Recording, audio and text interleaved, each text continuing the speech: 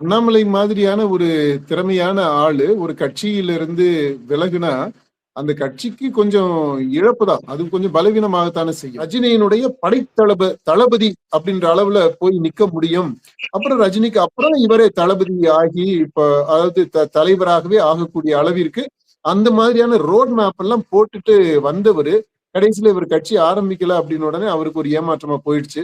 அவங்களுக்கு அரசியல்ல காய் நகர்த்தல் முக்கியம். அதுக்கு யார வேணாலும் எப்ப வேணாலும் எப்படி வேணாலும் பயன்படுத்திக்கிறவாங்க. அப்படி உள்ள கொண்டு வரப்பட்டவர் தான் மேலிடத்திற்கு கொண்டு வரப்பட்டவர் தான் அண்ணாமலை. அவர் தலைவராக இருந்த டைம் பாஜகவிற்கு தமிழக பாஜகவிற்கு ஒரு பெரிய மறுமலர்ச்சியாக இருந்தது. இளைஞர்கள் மத்தியில ஒரு புத்தெழுச்சியை உருவாக்கி விட்டு இப்ப நடந்து கிளைமேக்ஸ் வச்சுக்கிட்டோம்னா அதுக்கு ஒரு ப்ரிலியூட் இருக்கு இல்லையா, ஒரு இன்ட்ரோடக்டரி இது அந்த மாதிரியா நான் இவர் அண்ணாமலையினுடைய கூட்டங்களை நான் பார்த்தேன். அதுல இருந்து அந்த வைப் அந்த பிளாஸ்ட் அப்படின்றது ஆளும் கட்சிக்கு எதிராக மக்கள் சார்பாக நின்று களமாடக்கூடிய எதிர்கட்சி அப்படின்னா பாஜக தான். அதாவது அண்ணாமலையினுடைய பாஜக அப்படின்ற அளவுக்கு கொண்டு வந்துட்டாரு. அந்த கட்சியினுடைய இலக்காக ஒன்றை நிர்ணயிச்சுட்டு அந்த இலக்கை நோக்கி பயணத்திற்கு ஒரு ஸ்ட்ராட்டஜி இருக்கும் இல்லையா, அந்த ஸ்ட்ராட்டஜியை இவரே வடிவமைக்கிறாரு. அந்த ஸ்ட்ராட்டஜியை எப்படி செயல்படுத்துறது அப்படின்ற அந்த செயல் திட்டத்தையும் இவர் வடிவமைக்கிறாரு. இந்த அளவிற்கு உரிமை எடுத்து அவர் செய்யும் போதுதான் பிரச்சனைகள் வருது. அபிஷியல் பாஜக லைன் ஒரு மாதிரி போகும்போது இவரு குறுக்கு சால் ஓட்டுறது மாதிரி எனக்காவது சொல்லி விட்டுறாப்புல பேசி விட்டுறாப்புல. அப்படிங்கும் போது அப்போ இவர் கொஞ்சம் ஒதுங்கி இருக்கட்டும், இந்த தேர்தல் முடிகிறது வரைக்கும் ஒதுங்கி இருக்கட்டும் அப்படின்ட்டு ஒரு ஓரம் கட்டப்படுறாரு. நான் சொல்றதா ரைட்டு, நான் சொல்றபடிதான் இருக்கணும் அப்படின்ற அந்த ஒரு பிடிவாத குணமும் வந்துருது, இறுக்கம் வந்துடுது. இதனால பாஜக இவங்களை ஓரம் கட்டிட்டாரு, கட்சிக்கு இவர் தேவையில்லை, இவர் கட்சியில இருந்து அனுப்புறதுக்கு அவங்க இது பண்றாங்க, அப்படி அந்த மாதிரி எல்லாம் இல்லைன்னு தான் நான் நினைக்கிறேன். டிசிப்ளின்டா இருக்கிறாரு, கராரா இருக்கிறாரு, ரிஜிடா இருக்கிறாரு அப்படின்னு சொல்றோமோ அதே மாதிரி அவருக்கு அம்பிஷன் நிறைய இருக்கு, ஆசை இருக்கு, பேராசை இருக்கு. டிவிகே வார் ரூம் வச்சு செஞ்சுக்கிட்டு இருந்தாங்க இல்லையா, அந்த மாதிரி அதற்கு ஒரு முன்னோடியாக வார் ரூம் வச்சு செயல்பாடு எப்படி கட்டுக்கோப்பா எப்படி செய்ய முடியும், ரகசியமா எப்படி செய்ய முடியும் அப்படின்றத நிரூபிச்சு காட்டினவர் அண்ணாமலை. இதுல அண்ணாமலை கட்சியில இருந்து ஒதுங்கி இருந்தது அல்லது ஒதுக்கி வைக்கப்பட்டது அப்படின்றது ஒரு அளவுக்கு பாதிப்பை பாஜக இதுல ஏற்படுத்தி இருக்கு.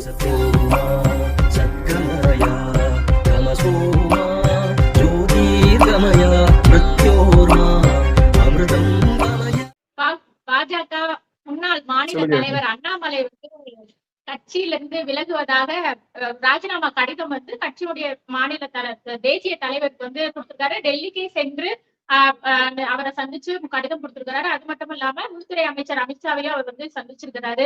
இந்த பாஜகவிலிருந்து விலகுவதாக அண்ணாமலை கடிதம் கொடுத்ததுங்கிறது பாஜகவுக்கு ஒரு பலவீனமான விஷயமா எடுத்துக்கலாமா? யாருமே அண்ணாமலை மாதிரியான ஒரு திறமையான ஆளு ஒரு கட்சியிலிருந்து விலகுனா அந்த கட்சிக்கு கொஞ்சம் இழப்பு தான். அது கொஞ்சம் பலவீனமாகத்தானே செய்யும். அந்த விதத்துல அண்ணாமலை இப்ப ரிசைன் பண்ணியிருக்கிறாரு, அந்த ரெசிக்னேஷன் அக்செப்ட் பண்ணிட்டாங்க அப்படின்னா அந்த தமிழக பாஜகவிற்கு ஒரு இழப்பு தான். ஆனா இது ஈடு செய்ய முடியாத, சரி செய்ய முடியாத இழப்பு அப்படின்னு நம்ம சொல்ல முடியாது.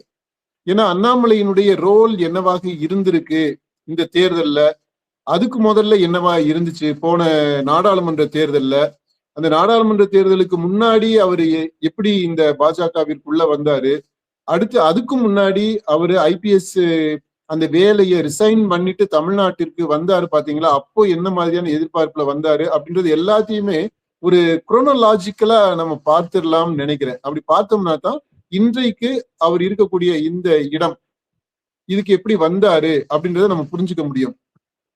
இதை ஒட்டி ஏற்கனவே முன்னாடியே ஒரு வருஷத்துக்கு முன்னாடியே நம்ம ஒரு காணொலி போட்டிருக்கிறோம் அண்ணாமலை பற்றி, அண்ணாமலையுடைய அந்த வாழ்க்கை, அந்த பயணத்தை, அரசியல் பயணத்தை பற்றி போட்டிருக்கிறோம். அதை பார்க்காதவங்களுக்காக இப்போ நம்ம திரும்ப அதை பற்றி நம்ம பேசலாம்னு நினைக்கிறேன். நீங்க என்ன சொல்றீங்க? அவர் 2019 தன்னுடைய பதவியை ராஜினாமா செஞ்சுட்டு 2020 பாஜக இணைகிறாரு. ஆனா அதற்கு முந்தைய காலகட்டத்துல ரஜினி அரசியல் கட்சி ஆரம்பிக்கிறதா சொல்லிட்டு இருந்தாரு. அவரோட இணைந்து அந்த கட்சியில இணைந்து பணியாற்றுவதற்காக தான் அவர் இந்த முடிவு எடுத்தாரு அப்படிங்கறத நம்மளுமே சொல்லியிருக்கிறோம். முதல்ல அந்த ரஜினி அண்ணாமலைக்கு இடையான தொடர்பு, அந்த கட்சி வந்து ரஜினி வந்து ஆரம்பத்துல இருந்து பின் வாங்கிட்டாரு. ஏன் ரஜினி கூட இணைந்து பணியாற்றணும்னு சொல்லி முடிவெடுத்து அண்ணாமலை தன்னுடைய அரசு பணியை வந்து ராஜினாமா பண்ணிட்டு வந்தாரு. ஆமா. இப்ப அண்ணாமலை இங்க வரும்போது அந்த தமிழ்நாடு அரசியல்ல திமுக அதிமுகவிற்கு மாற்றாக புதிய அரசியல் அப்படின்றது பரபரப்பா பேசிட்டுனா அந்த தொடர்ந்து 2016 இருந்தே நீங்க பார்க்கலாம். 16 வந்து இவரு இப்போ நாம் தமிழர் கட்சி போட்டி, அடுத்து இந்த ஏன்னா மக்கள் அந்த சமூக நீதி கூட்டணி, மக்கள் நல கூட்டணி, அந்த 2016 கூட்டணி, அது 1.0, ஏன்னா அப்புறம் 2.0 இப்ப வந்திருக்கு. அப்ப அந்த மக்கள் நல கூட்டணி, அதுக்கப்புறம் கமலஹாசன், அப்புறம் இவரு, இது இடையில ஈவன் நம்ம இவர் கூட விஷால் கூட கொஞ்சம் அரசியல்ல அப்படி உள்ள வந்து தலையை காட்டிட்டு போனாரு ஆர்கே நகர் இடைத்தேர்தல் டயத்துல எல்லாம். இப்ப அந்த மாதிரி புதிய புதிய ஆட்களுடைய வருகை நடந்துகிட்டே இருந்துச்சு. அப்படிப்பட்ட ஒரு அந்த அந்த 5 ஆண்டுகள் வந்து ஒரு முக்கியமான ஆண்டு. 2015 இருந்து 2020 வரைக்கும் உள்ள அந்த காலகட்டம். அதை பற்றியே நம்ம சீரியஸா ஸ்டடி பண்ணலாம். என்ன மாதிரியான ஃபேக்டர்ஸ் எல்லாம் இருந்துச்சு இந்த தமிழக பண்பாட்டு தளத்துல, அது அரசியல் களத்துல எப்படி எதிரொலிச்சது, எப்படி உருவம் எடுத்தது, வடிவம் எடுத்தது அப்படின்றத பற்றியெல்லாம் நம்ம விரிவா பேசலாம்னு நினைக்கிறேன். அது ஆய்வுக்குரியது. இப்போ அண்ணாமலை வருகை இந்த மாதிரியான ஒரு பின்புலத்துலதான் நடக்குது.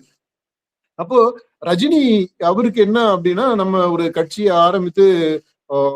ஆரம்பிச்சோம்னா சினிமாவுல உச்ச ஸ்டார், சூப்பர் ஸ்டாரா இருந்துட்டு அப்படியே சூப்பர் ஸ்டாராக அரசியல்ல அந்த ஜார்ஜ் கோட்டையில போய் உட்காரணும் அப்படின்றது. அதாவது இப்ப விஜய் எப்படி அவருடைய அஜெண்டாவை செட் பண்ணி இருந்தாங்களோ அவருக்காக அந்த ஸ்ட்ராட்டஜிஸ்ட், அப்படிப்பட்ட ஒரு அஜெண்டா தான் இவருக்கு இருந்தது.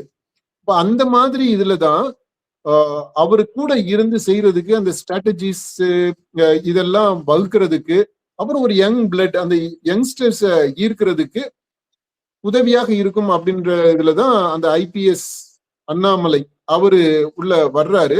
ஆனா அன்பார்ச்சுனேட்டா என்ன ஆயிடுச்சு, ரஜினிக்கு அந்த கிரவுண்ட் ரியாலிட்டியில இருந்து டேட்டா கலெக்ட் பண்ணி அவருக்கு கொடுத்தவங்க, அதை ப்ராசஸ் பண்ணி அந்த ஸ்ட்ராட்டஜியை வகுக்கிற நிலையில இருந்தவங்க மக்களுடைய மனநிலைய சரியா கணிக்காம விட்டுட்டாங்களோ அப்படின்னு நமக்கு தோணுது. அல்லது ஒருவேளை சரியாக கூட கணிச்சிருந்திருக்கலாம். அது நம்ம பின்னாடி ஆய்வுல தான் அதை உறுதி செய்யணும்.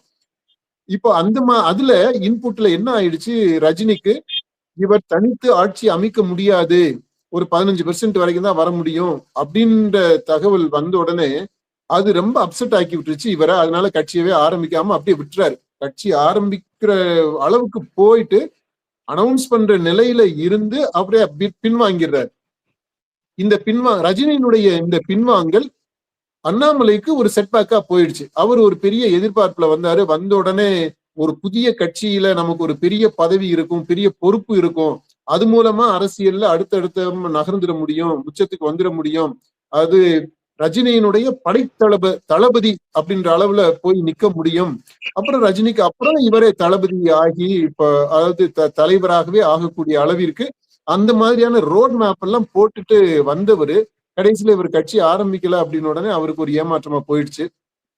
அதுல இருந்து அப்படியே ஒதுங்கிடுறாரு.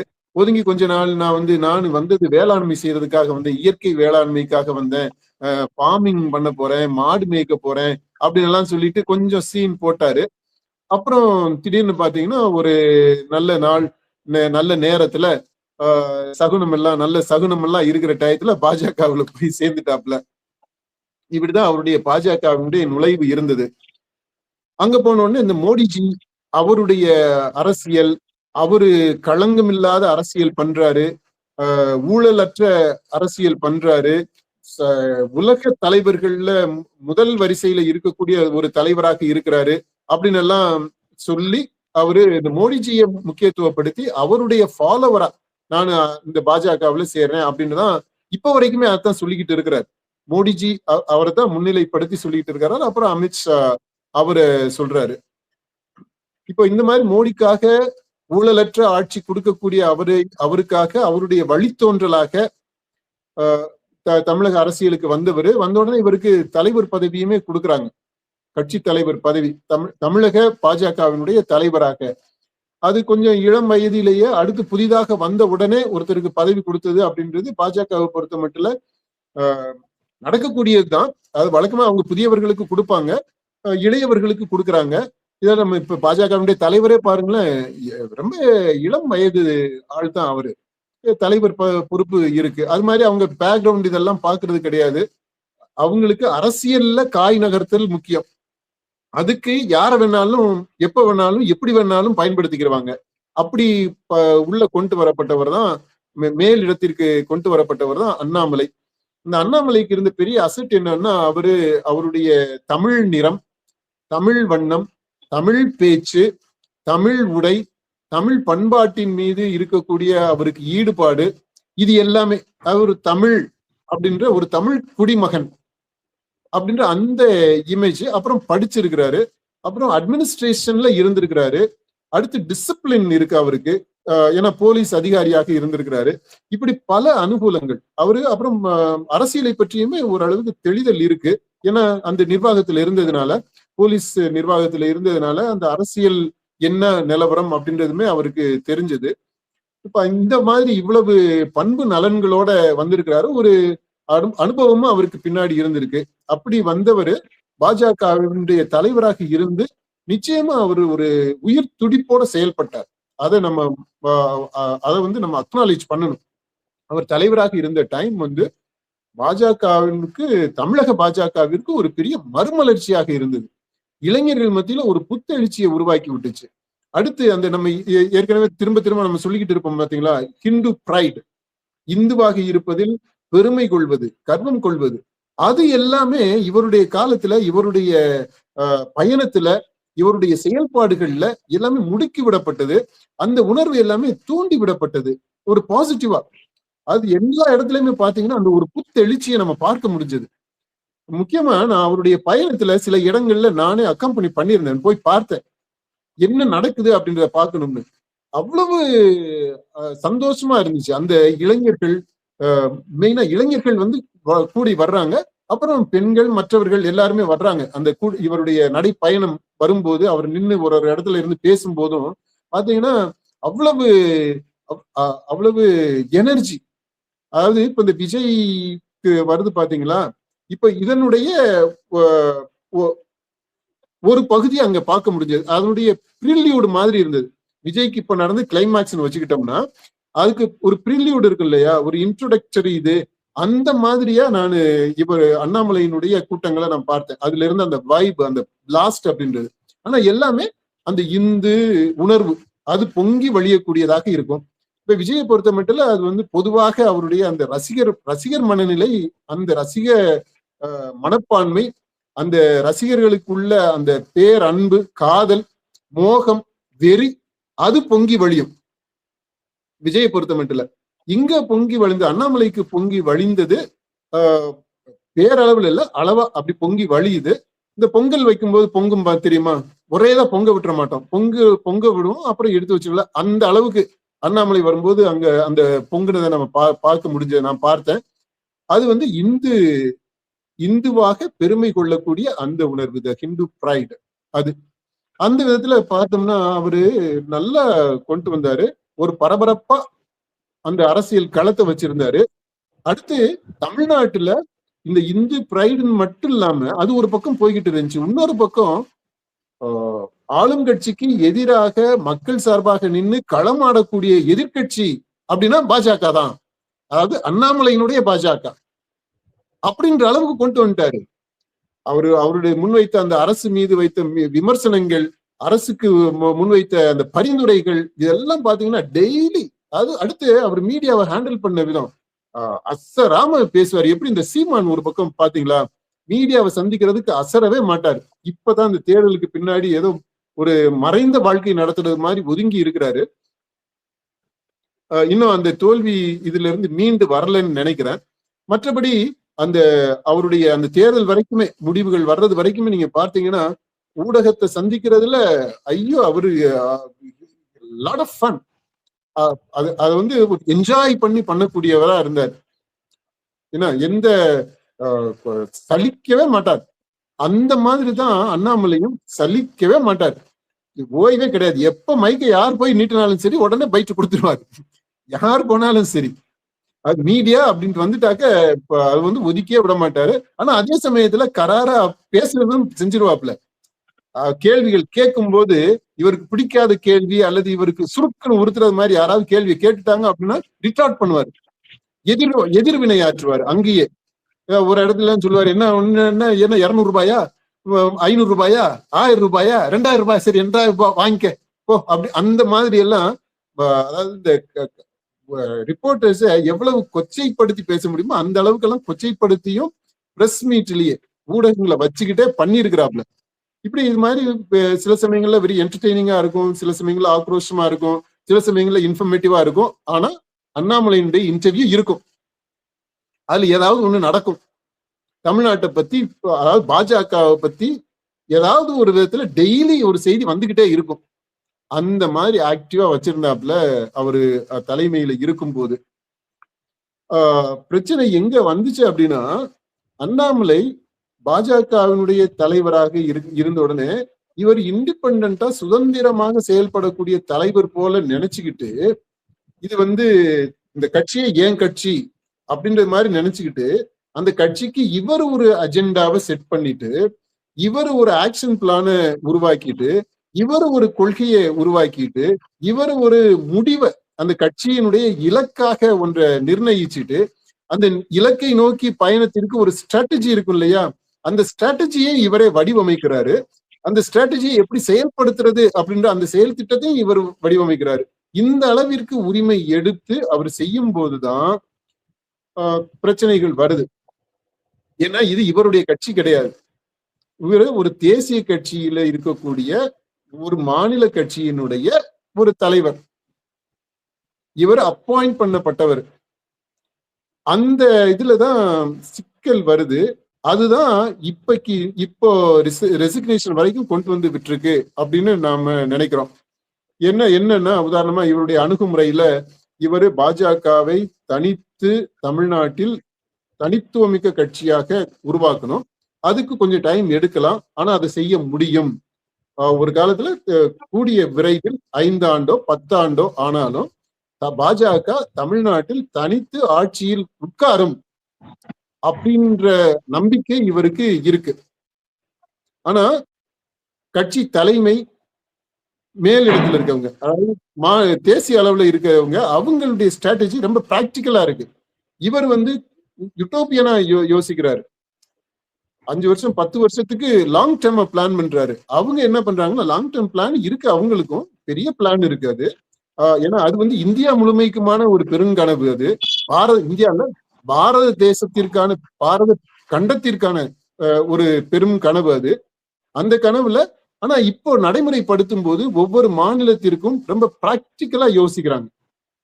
ரொம்ப பிராக்டிக்கலா ஸ்டெப் பை ஸ்டெப்பா யோசித்து அத அந்த மாநிலத்தை எப்படி உள்ள கொண்டு வர்றது அப்படின்னு பார்த்து செயல் திட்டம் நடக்குது. அது மாதிரி தமிழ்நாட்டுக்கு வரும்போது தமிழ்நாட்டிற்கு கொஞ்சம் ஒரு திட்டம் பிராக்டிக்கலா கிரவுண்ட் ரியாலிட்டிக்கு ஒத்து வர்றது மாதிரி அப்படி ஒரு செயல் திட்டத்தை மேலிடத்துல இருந்து இப்ப பாஜக, தேசிய பாஜக வடிவமைக்கிறாங்க. இவருடைய இதுக்கும் அதுக்கும் கொஞ்சம் கிளாஷ் வருது. ரெண்டும் பேரலா போகுது, ரெண்டும் இணைஞ்சு போறது மாதிரி இல்ல. அப்படிங்கிற பட்சத்துல நெருடலாகவே இருக்கு. அப்போ ஒரு கட்டத்துல இவரை தலைமை பொறுப்புல இருந்துமே விடுவிச்சிடுறாங்க. அப்புறம் கட்சியில இருந்துமே இவரு பேசும்போது என்னன்னா, இவரு கட்சி மெயின் ஸ்ட்ரீம், அதாவது அபிஷியல் பாஜக லைன் ஒரு மாதிரி போகும்போது இவரு குறுக்கு சால் ஓட்டுறது மாதிரி எனக்காவது சொல்லி விட்டுறாப்புல, பேசி விட்டுறாப்புல. அப்படிங்கும்போது அப்போ இவர் கொஞ்சம் ஒதுங்கி இருக்கட்டும், இந்த தேர்தல் முடிகிறது வரைக்கும் ஒதுங்கி இருக்கட்டும் அப்படின்ட்டு இவர் ஓரங்கட்டப்படுறாரு. இது வந்து எப்படின்னா ஒரு நடைமுறை செயல்பாடுதான் இது. இவர் பிடிக்காததுனால, இவருக்கு திறமை இல்லாததுனாலன்னு இல்ல, இவர் ஆக்சுவலா இவரை பிடிச்சிருக்கு. அமித்ஷாவுக்கும் மோடிக்கும் இவரை பிடிச்சிருக்கு. இவரு தமிழ்நாட்டுல பாஜகவிற்கு இவர் கனவு காண்றாரு பாத்தீங்களா, அந்த கனவு வந்து அவங்களுக்கு பிடிச்சிருக்கு. அதே கனவு தான் அவங்களுக்கு இருக்கு. அதாவது அண்ணாமலை தமிழ்நாட்டுல பாஜகவிற்கு எந்த கனவை காண்கிறாரோ அதே கனவை தான் மோடிஜியும் அமித்ஷாஜியும் தமிழ்நாடு பாஜகவிற்கு வைத்திருக்கிறார்கள். ஆனா அந்த கனவை நனவாக்குவதற்கான நடைமுறை இருக்குது இல்லையா, அதுல வேறுபாடுகள் இருக்கு. அண்ணாமலை ஒரு போலீஸ்காரர் பாத்தீங்களா, அதனால அவருக்கு அந்த கராரா இருக்கிறது, டிசிப்ளின்டா இருக்கிறது, கட் அண்ட் ரைடா பேசுறது, அப்புறம் அதாவது சட்டம் ஒழுங்கு அந்த மாதிரி பிரச்சனைகள் அப்படி அந்த மாதிரி எல்லாம் டீல் பண்ணவரு. அவருக்கு என்ன ஆகுதுன்னா, நான் சொல்றதா ரைட்டு, நான் சொல்றபடிதான் இருக்கணும் அப்படின்ற அந்த ஒரு பிடிவாத குணமும் வந்துருது, இறுக்கம் வந்துருது. ஐ ஆம் ரைட், நான் சொல்றதுதான் சரி அப்படின்ற அந்த இது அது என்ன ஆயிருதுன்னா, அப்படி கூடவே ஒரு தெனாவெட்டும் வந்துருது, ஒரு அகங்காரம் அப்படின்றதும் வந்துருது. அல்லது அந்த தொனி அவரு பேச்சுல தெரியுது வெளியில தெரியுது எப்படி அவரு டீல் பண்றாருன்னு. இப்ப அந்த மாதிரி இருக்கிறதுனாலதான் என்ன ஆயிருதுன்னா, கொஞ்சம் இணக்கமா போறது, கொஞ்சம் விட்டு கொடுத்து போறது, இப்போதைக்கு ஒரு காம்ப்ரமைஸ் பண்ணிக்கிறது அப்படின்றதுல, அந்த காம்ப்ரமைஸ் பண்றதுல எல்லாம் இவருக்கு உடன்பாடே கிடையாது. ஏன்னா அவருடைய செயல்பாடுகளை பார்க்கும்போது நம்ம அதெல்லாம் சொல்றோம்.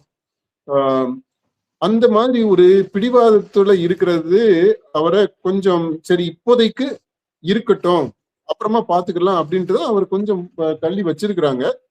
தள்ளி இருக்க வேண்டிய ஒரு கட்டாயம் இருந்திருக்கு. இதனால பாஜக இவங்களை ஓரம் கட்டிட்டாரு, கட்சிக்கு இவர் தேவையில்லை, இவர் கட்சியில இருந்து அனுப்புறதுக்கு அவங்க இது பண்றாங்க, அப்படி அந்த மாதிரி எல்லாம் இல்லைன்னு தான் நான் நினைக்கிறேன். ஏன்னா பாஜகவுடைய செயல்பாடுகளை பார்க்கும்போது இதுதான் உள்ள நடக்கக்கூடிய அந்த டைனாமிக்ஸா இருக்கு. இதுல என்னன்னா, அண்ணாமலை நமக்கு வயசு ஆகுது, இந்த வயசுல இளமை துடிப்பு இருக்கும் போதே, இந்த ஜென் ஜி அவங்க அந்த வேவ் இருக்கும் போதே அதை நம்ம யூட்டிலைஸ் பண்ணிக்கிறணும். ஒண்ணு பாஜகவை ஒரு அந்த இதுக்கு அந்த ஜென்சி வேவ் அதுக்குள்ள கொண்டு வந்து அதை நிலைப்படுத்திக்கிறணும், அதிகாரத்தை நோக்கி அடுத்த ஸ்டெப்புக்கு நகர்த்தணும்.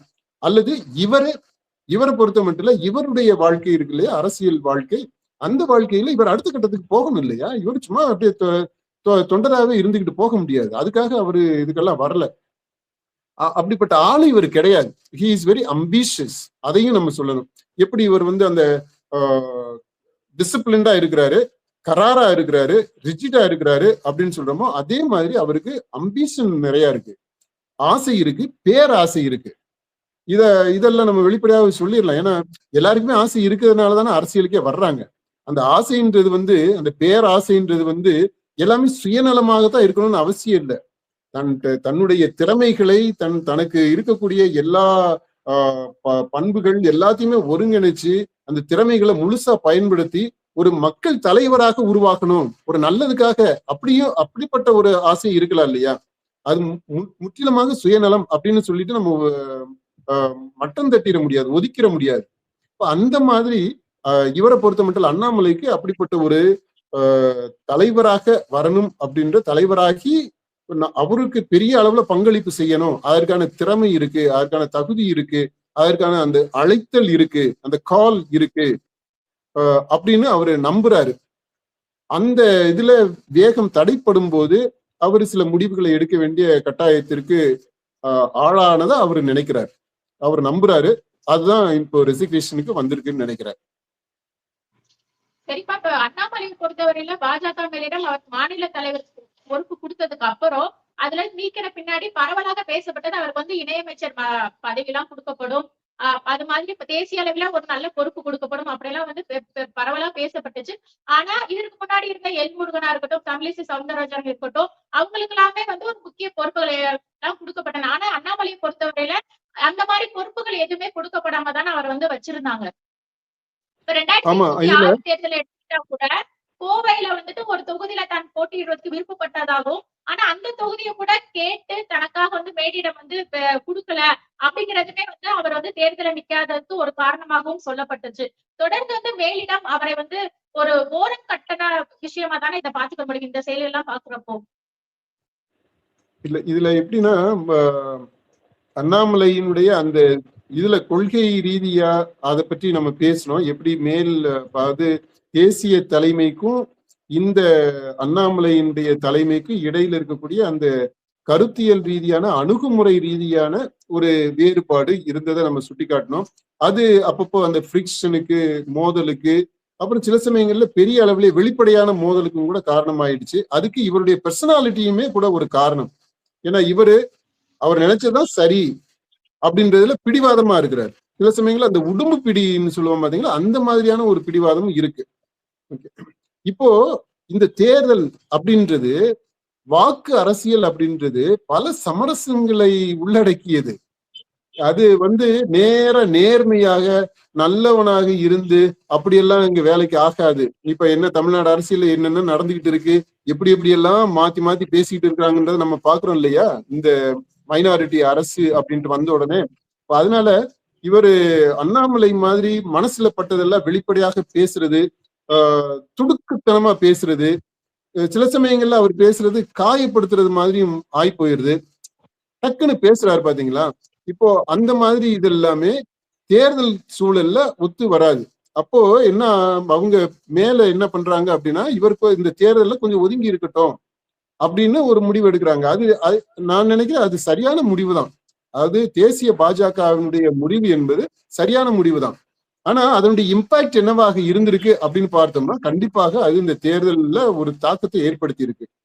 அண்ணாமலைக்கு பாஜகவுல ஒரு பேர் எப்படி ஒரு பிம்பத்தை கிரியேட் பண்ணி வச்சிருந்தாங்க அப்படின்னா, இந்த நாடாளுமன்ற தேர்தலையும் அதை ஒட்டி அண்ணாமலையினுடைய முயற்சியினால 2%, 3%, அதாவது நோட்டாவோடு போட்டிட்டு கொண்டிருந்த பாஜக 11%க்கு மேல போயிருச்சு அப்படின்றது மாதிரியான ஒரு நேரட்டிவை செட் பண்ணி வச்சிருந்தாங்க. அதுக்கு தேவையான தரவுகளையும் இந்த எலெக்ஷன்ல இருந்து வந்த தரவுகளை சுட்டி காட்டிக்கிட்டாங்க. இப்போ அதனால அண்ணாமலை ரொம்ப முக்கியமான சக்தி, தவிர்க்க முடியாத சக்தி, பாஜகவுல முதன்மை சக்தி அப்படின்ற மாதிரி வச்சிருந்தாங்க. இப்போ என்ன ஆயிடுச்சுன்னா, 26 தேர்தல் வரும்போது இப்ப ரிசல்ட் எடுத்து பாருங்களேன், பாஜக எங்க போயிருச்சு? திரும்ப அதே பழைய நிலைமைக்கு, பழைய குருடி கதவை திரடி அப்படின்றது மாதிரி போயிருச்சு. இப்ப இதனால என்ன சொல்றாங்க அப்படின்னா, இப்போ இவருக்கு முக்கியத்துவம் கொடுத்திருந்தா ஒருவேளை இந்த பெர்சன்டேஜ் இவ்வளவு 3% குறைஞ்சிருக்காது, அது கூடுதலாக இருந்திருக்கும்.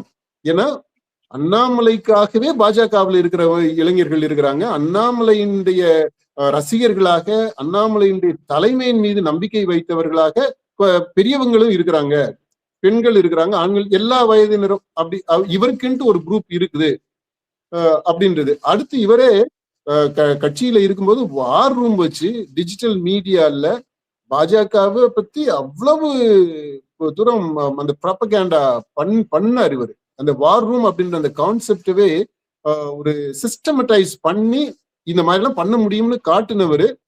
அந்த தாவிகாவிற்கு ஒரு முன்னோடி. இதுலயும் டிவிகே வார் ரூம் வச்சு செஞ்சுக்கிட்டு இருந்தாங்க இல்லையா, அந்த மாதிரி அதற்கு ஒரு முன்னோடியாக வார் ரூம் வச்சு செயல்பாடு எப்படி கட்டுக்கோப்பா எப்படி செய்ய முடியும், ரகசியமா எப்படி செய்ய முடியும் அப்படின்றத நிரூபிச்சு காட்டினவர் அண்ணாமலை.